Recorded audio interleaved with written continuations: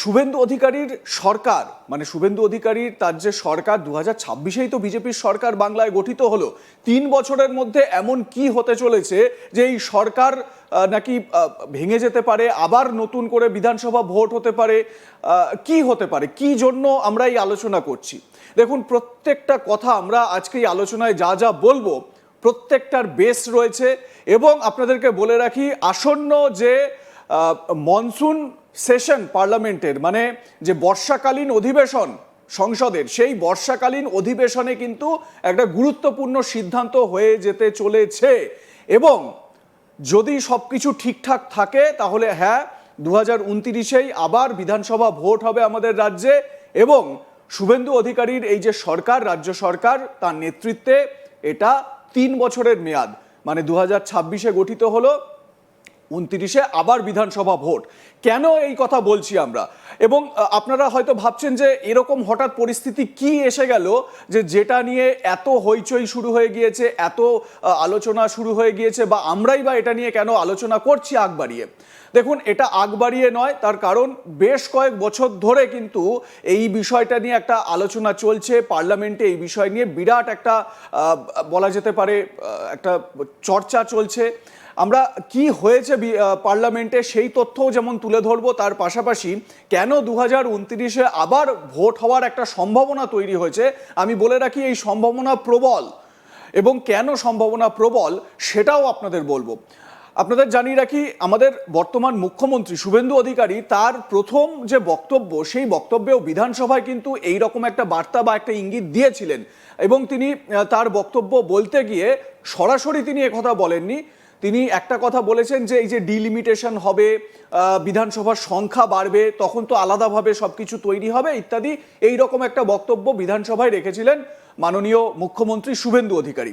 কেন এ কথা বলেছিলেন এবং কেন আমরা এই আলোচনা করছি যে 2029-এই আবার নতুন করে বিধানসভা ভোট হতে চলেছে, আমি আরো বিস্তারিত জানার চেষ্টা করব। আমার সঙ্গে এই মুহূর্তে বিশিষ্ট রাজনৈতিক বিশ্লেষক এবং সংবিধান সম্পর্কে যার পাণ্ডিত্য রয়েছে, রাজাগোপাল ধর চক্রবর্তী আমাদের সঙ্গে রয়েছেন অনলাইনে। আমি সরাসরি চলে যাব রাজাগোপাল ধর চক্রবর্তীর কাছে। আপনাকে স্বাগত আজ তাক বাংলায়। প্রথমেই যেই বিষয়টা নিয়ে আমরা আলোচনা করছি, জানি যে মানে হঠাৎ করে যখন দর্শকরা দেখছেন, আমাদের ভিউয়াররা যারা আসছেন আমাদের এই আলোচনায়, তারা হয়তো এটাই ভাবতে চাইছেন যে এই সরকারকে তো মানুষই এনেছে, তাহলে এমন কি হঠাৎ করে হয়ে গেল যে 2029-এ আবার নতুন করে ভোট হবে, আবার সবাইকে ভোটের লাইনে দাঁড়াতে হবে, কেন এরকম কেন? আমরা জানি যে 2029-এ লোকসভা ভোট, তাহলে 2029-এ আবার বিধানসভা ভোট কেন? এই যে প্রশ্নটা উঠলো, এই প্রশ্নের মধ্যেই কিন্তু উত্তরটা লুকিয়ে রয়েছে। আরো বিস্তারিত জানার চেষ্টা করব রাজাগোপাল ধর চক্রবর্তীর কাছে। রাজাবাবু, আমাদের দর্শকদের জন্য একটু ব্যাখ্যা করে দেবেন এটা? হ্যাঁ, দেখুন, যে ওয়ান নেশন ওয়ান ইলেকশন, সারা দেশে একসঙ্গে ইলেকশন গুলো হবে, মানে প্রথম পর্যায়ে লোকসভা বিধানসভা একসঙ্গেই হবে, যাতে করে বারবার নির্বাচনের যে ধাক্কা আসে, খরচ হয়, এবং একটা আমরা দেখেছি যে সরকার অনেকটা পঙ্গু হয়ে পড়ে, কেননা ইলেকশন অ্যানাউন্স করলে অনেক কাজ করা যায় না।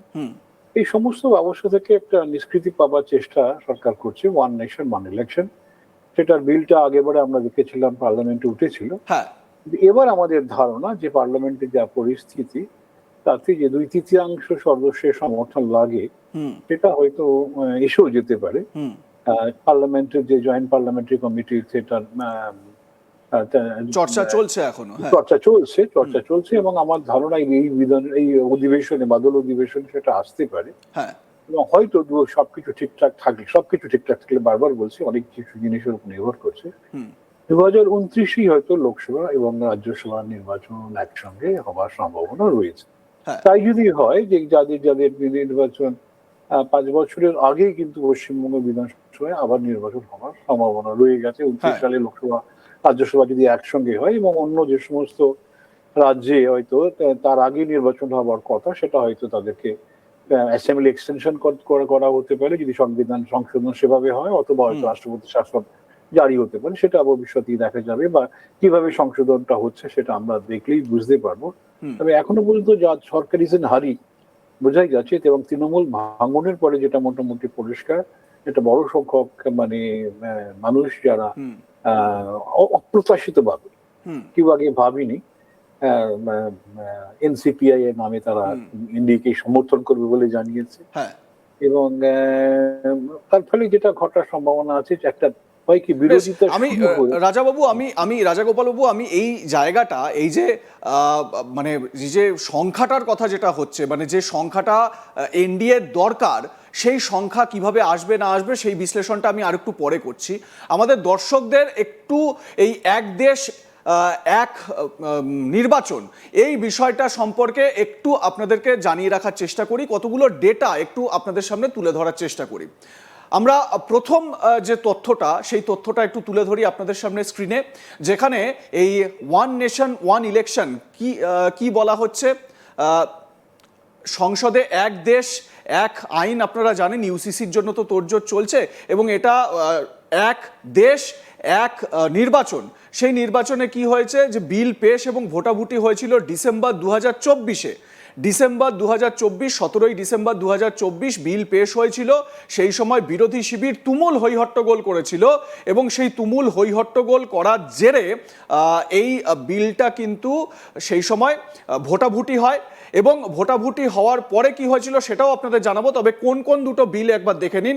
129তম সংবিধান সংশোধনী বিল 2024, কেন্দ্রশাসিত অঞ্চল আইন সংশোধনী বিল 2024, এই দুটো বিল কিন্তু সেই সময় উত্থাপন করা হয়েছিল। তারপর কি এসেছিল সেটাও একটু দেখাই আপনাদের। তারপর কি হয়েছিল, মানে বিলটা উত্থাপন তো হলো, দেখুন বিরোধীদের প্রবল আপত্তির পর ভোটাভুটি হয়, এবং বিলটি উত্থাপনের পক্ষে 269টি ভোট এবং বিপক্ষে 198টি ভোট পড়ে। যদিও পক্ষের থেকে বিপক্ষের যে ভোট সেটা অনেকটা কম, কিন্তু 198টি ভোট কিন্তু কম কথা নয়। তো তারপর কি হয়, এই বিল দুটিকে যে সংশোধনী বিল দুটি, এই দুটিকে যৌথ সংসদীয় কমিটি বা জেপিসিতে পাঠানো হয়।